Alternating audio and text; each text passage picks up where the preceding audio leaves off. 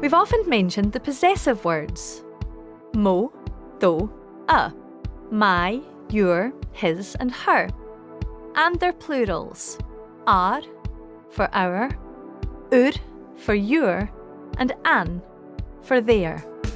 And mo, do and my, your and his all unite the next word. They also appear slightly disguised in two other important constructions. First we have NAM NAD, as in ha mi nam Ghàidheal, I'm a chef. Or a bheilú nath teacher, are you a teacher?